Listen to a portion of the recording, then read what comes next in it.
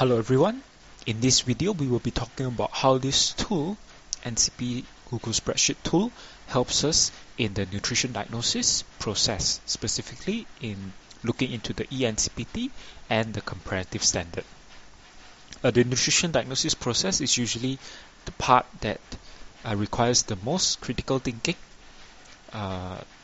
So again, this tool is only meant for the documentation purposes and calculation purpose, and doesn't actually helps us or can replace us in the critical thinking and identifying the nutrition diagnosis.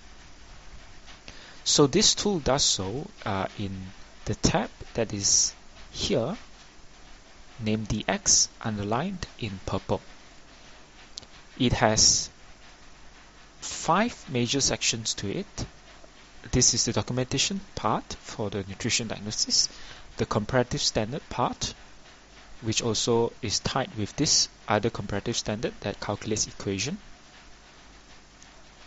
The third part is the PES statement part. This is where we choose our PES statement.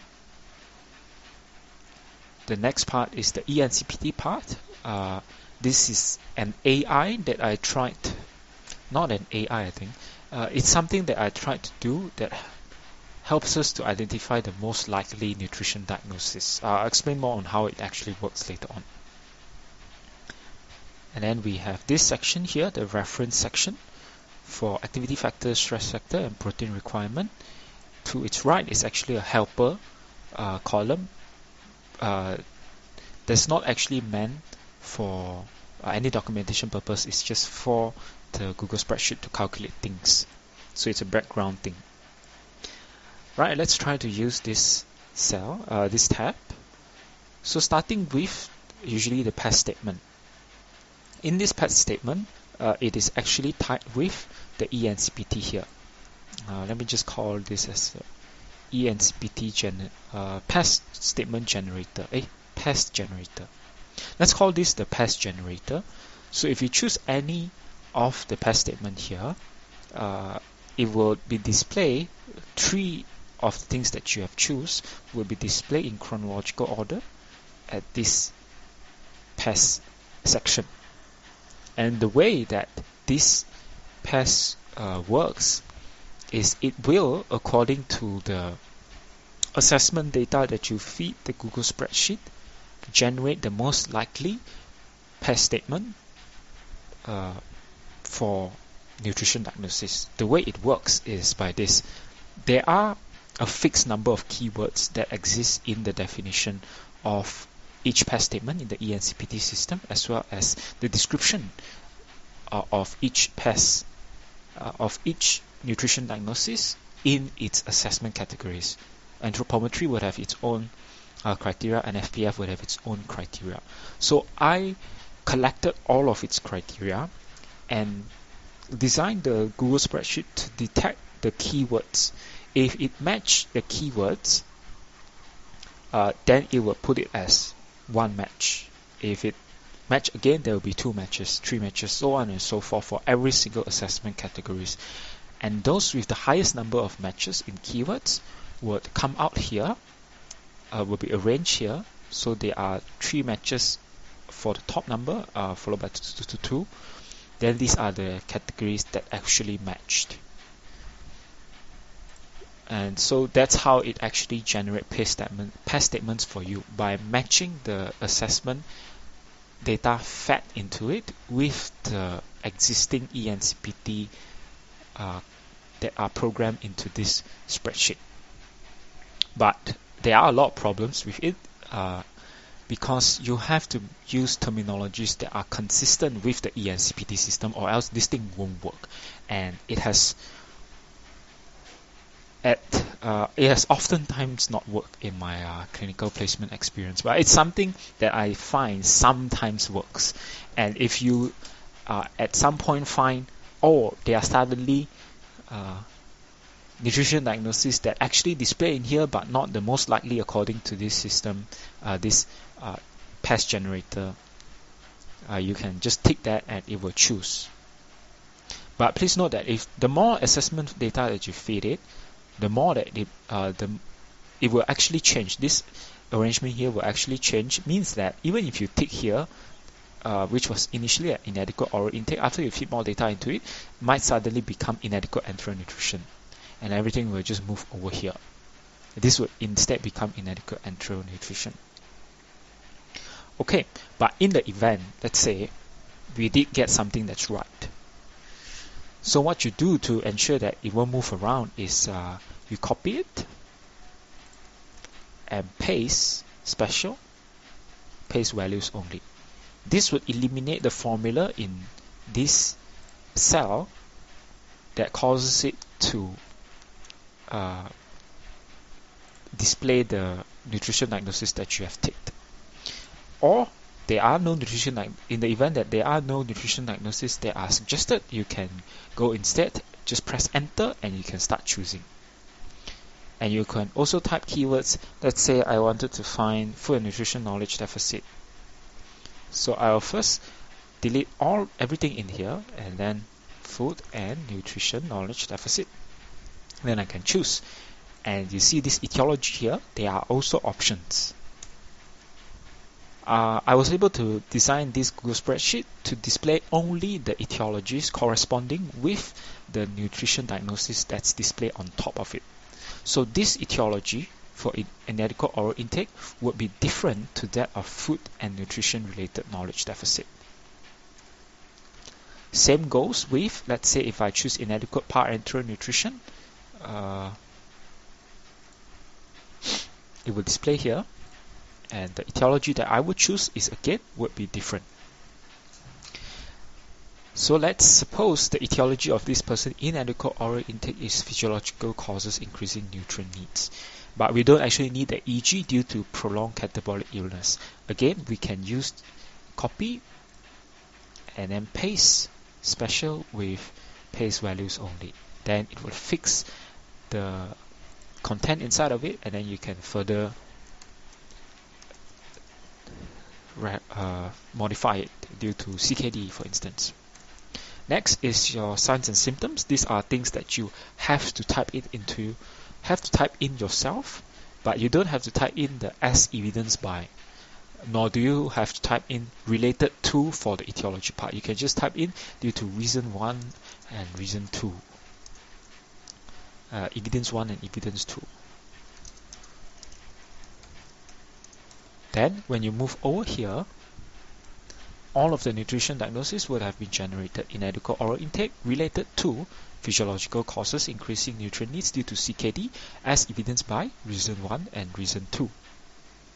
The CKD is actually being made lowercase. I made it by default to become a lowercase, but I didn't account for any abbreviation. But that's something that you will have to fix later on in the documentation process. So it will display everything as evidenced by pending as well. So that's for you to choose PES statements. Next is the comparative standards. For us to actually make a PES statement valid, we must also have a comparative standard by which we compare to. So usually the sentence structure would be not only reason 1 and reason 2 versus recommended XYZ kcal. And then we would put in source 1. Let's say MNT. So in here, this is where we actually put in our MNT. It won't actually be displayed over here, but I will later on explain how it actually influences the entire documentation process for this Google spreadsheet. So let's say if we put it as MNT and 1400 kcal with 1.2 kilogram body weight. That's what the patient needs. Let's suppose that's what the patient needs. You can also add on more nutrients. You can add on fiber, 25 gram. And you can put in other options, say CPG, and then you type in more values below here. Let's say 1600, 60 gram, and 25 as well. Now if you click correct here, what would happen is In the intervention part, there is a place where you have to type in goal and prescription. Usually in DCN and a dime, you have to write this down. What it would do is put in all of the values that you actually tick here. So if you tick MNT, it would display the one for MNT, calorie 1400, protein 1.2. If we click CPG,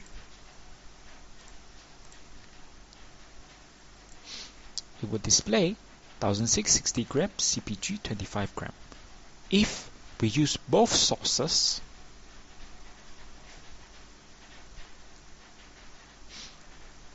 MNT and CPG for different kinds of nutrients, it will display calorie 1004, but there are a little bit of error here, but it will more or less display like this. I wasn't able to fix this error, this sentence construction error, but that's what it will actually display, and we don't actually have to type everything, just backspace. Alright, let's come back to this diagnosis.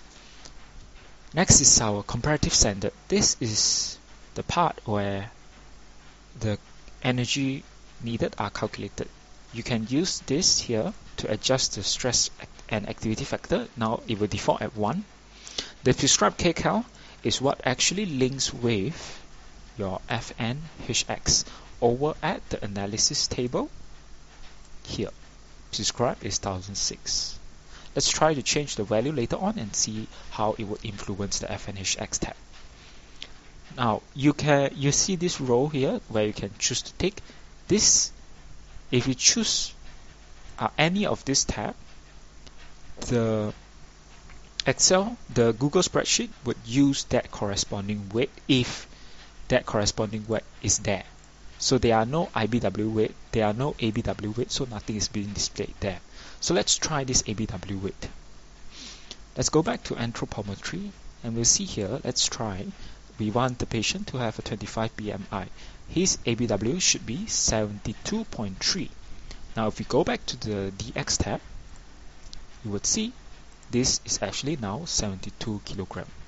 You can also choose 90 kilogram.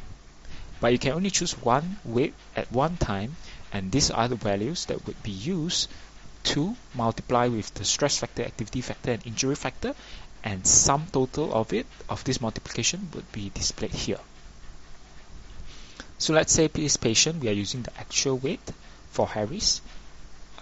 Using 90 kilogram, he would have 2014 kcal as his need. But if I increase the stress factor to 1.2, the sum total will now times this value by 1.2 and yield 2417. If I put it as 1 but put it as 0.9 for the activity factor, seeing that the patient might be on ventilation and sedated, it is now 1813. It does so for every single equation here, but not all equation can use actual body weight. So this is the part where you actually have to play around with the ABW weight, with the IBW weight, and so on. Okay, but for now we just set it at actual weight. If you need the ABW weight, just make sure there is ABW weight in your intro and choose that value. And let's suppose we want to use the Harris now, and we put in 1813 kilocal. Moving over to the FNHX, you will now see the prescription is 1813, and there's supposed to be a yes, the patient is eating more than he is being prescribed of. So the difference is not actually displaying anything. It just means that the patient is eating more than he is being prescribed. But if we put the value as 2500, for instance, more than what the patient is currently taking,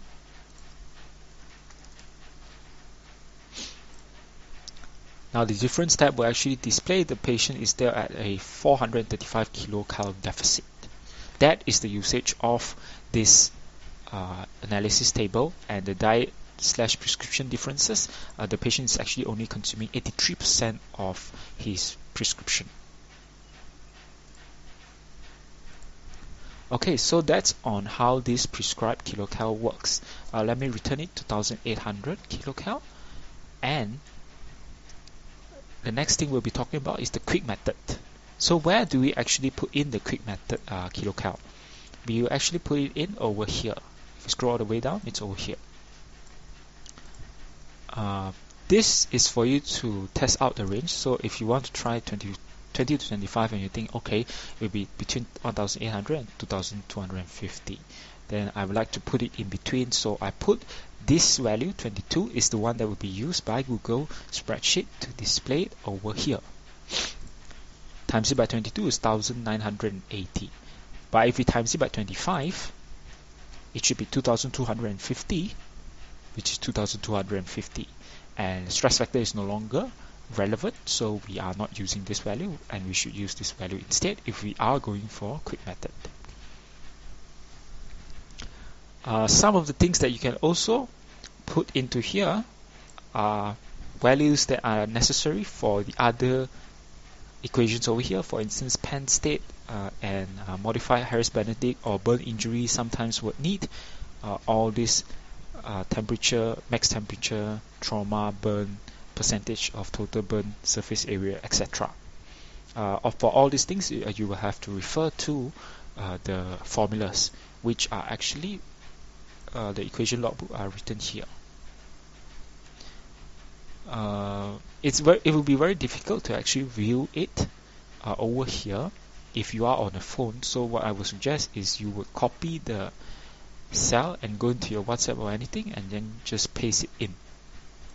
So let's say this is my WhatsApp chat, and when I paste it in, it will be displayed, and when I enter into my chat, it will be easier to see. But I do admit that this is not the most convenient ways to look at the equation. Okay, so that's for the comparative standard part. Next is the reference part, where you can actually look at for calculations of your activity factor, stress factor, as well as your protein requirement. This protein requirement does not account for every single type of diseases, and you do need MNT to find out the exact protein need for diseases that are not stated here. This activity factor, I have often received feedback that it's above what is appropriate, means this data is no longer applicable or suitable for the patient pool that we are treating. So you might have to change that as well, but you can always change it here for your reference later when you use this tool.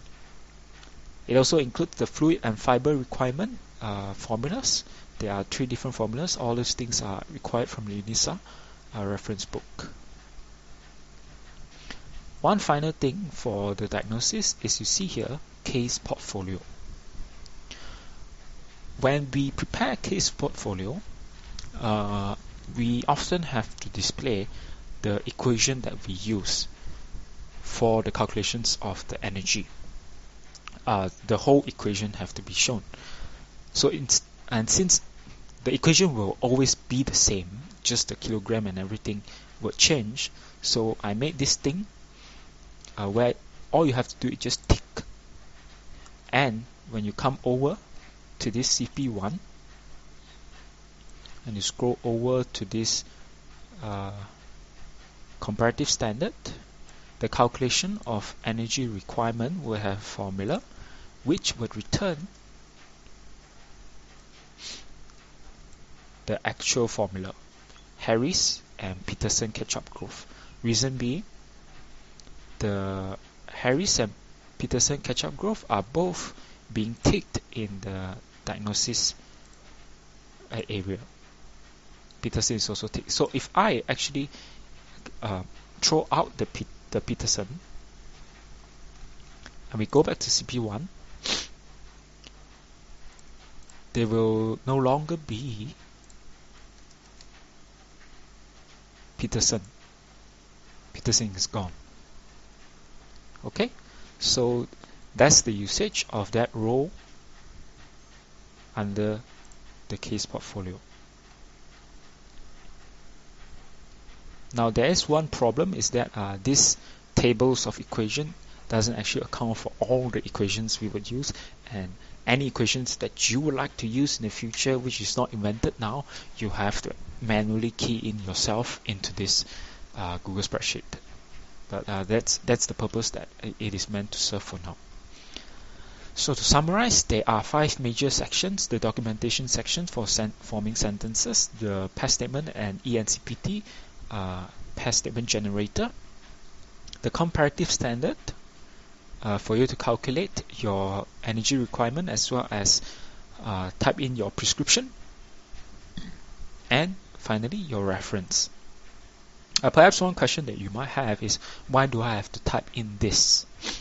So sometimes in the case portfolio we have to display it, instead of only displaying the prescription, we have to display the list of sources that we are using for our comparative standard. So say we have another source X that we included here, we considered but didn't use. So when you come over to this NCP and you scroll all the way down, the comparative standard are actually displayed here already. So you can copy this and put it into your Google Doc or put it into your Google slide for presentation or case portfolio purposes. That's why I created that table over at the DX tab. That is all for this video. I hope you find it helpful. See you in the next one.